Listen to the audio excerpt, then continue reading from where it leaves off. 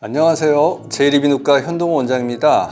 오늘은 한쪽 코막힘의 대표적인 원인으로 알려진 비중격 망곡증에 대해서 말씀드리기 위해서 영상을 준비했습니다. 코막힘은 감기나 비염으로 생각하고 넘기는 경우가 많지만 한쪽으로 지속적으로 막히는 경우에는 구조적인 원인도 숨어있는 경우도 적지 않습니다. 따라서 오늘 영상에서는 비중격 망곡증이 뭔지, 어떤 증상이 나타나는지, 이거에 대한 치료는 어떻게 이루어지는지 정리를 해보겠습니다.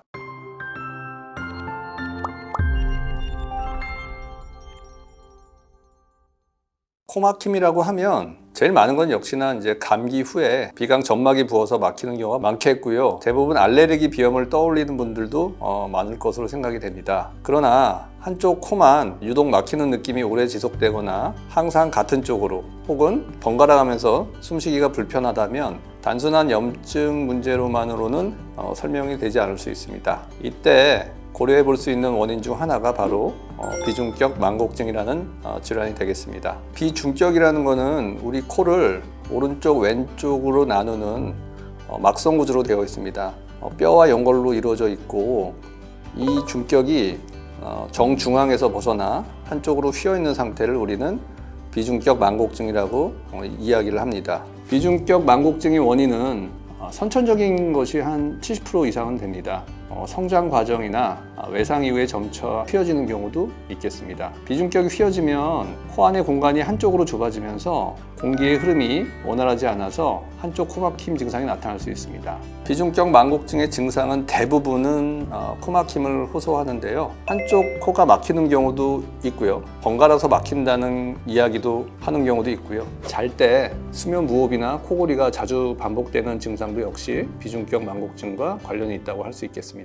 이로 인해서 한쪽 코막힘이 지속되면 입으로 숨을 쉬는 구호흡이 생기게 되고, 수면 중에 코골이가 생기게 되고, 자주 반복되는 비염 또는 감기 증상, 흔히 말하는 코감기가 되겠죠. 이것이 악화가 되면 부비동염이 함께 나타나는 경우도 종종 있습니다. 두통이나 얼굴 압박감이 동반되기도 합니다.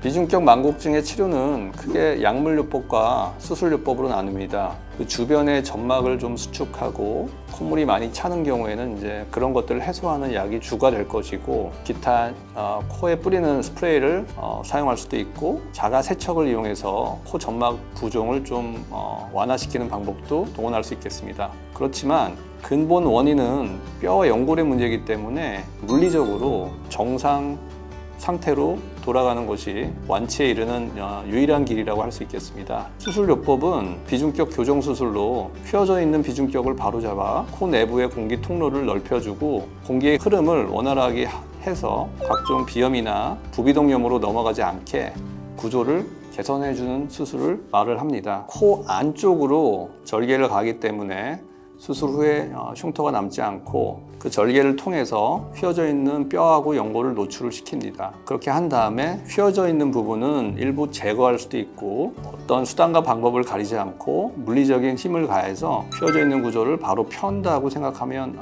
간단하게 이해할 수 있겠고요. 일반적으로 수술 시간은 20-30분 정도 진행이 되며 당일 퇴원이 가능한 경우도 있겠습니다. 단지 수술 후에 양쪽에 코 패킹을 하게 되는데, 그렇기 때문에 하루 정도는 코가 완전히 막히게 되기 때문에 이것이 제일 환자분들이 수술 후에 힘들어하는 부분이라고 생각을 합니다. 그렇지만 다음날 바로 빼고 대부분의 일상생활이 가능하기 때문에 24시간 정도만 고생을 하면 비교적 간단하게 회복이 되는 걸로 되어 있습니다. 비중격 교정술은 사실 이비인후과 개원가에서 굉장히 많이 시행이 되는 수술로 알고 있습니다. 근데 저 개인적인 생각은 하면 할수록 굉장히 어려운 수술이라고 생각을 하는데, 왜냐하면 단순히 코 한쪽을 물리적으로 넓혀주는 것으로 끝나는 게 아니라 개인의 상태에 맞는 정밀한 수술이 진행되어야지 최상의 결과가 나타나기 때문에 경험이 많고 많은 수술 사례가 있는 의사분한테 받는 것을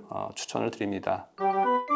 네, 비중격 망곡증은 정확한 진단을 통해서 상태에 맞는 치료 방향을 설정하는 것이 중요합니다. 한쪽 코막힘이 오래되거나 반복적인 코막힘이 오래된다면 단순한 증상으로 넘기기보다는 이비인후과에 내원해서 호환 구조적인 문제 가능성을 한 번쯤은 점검해 볼 거를 추천을 드립니다. 오늘 영상이 한쪽 코막힘으로 불편함을 느끼고 계신 분들께 이해를 돕는 계기가 되었기를 바랍니다. 영상이 도움이 되셨다면 좋아요와 구독, 알림 설정까지 부탁드리며 다음 영상에서도 도움이 되는 이비인후과 정보로 찾아뵙겠습니다. 감사합니다.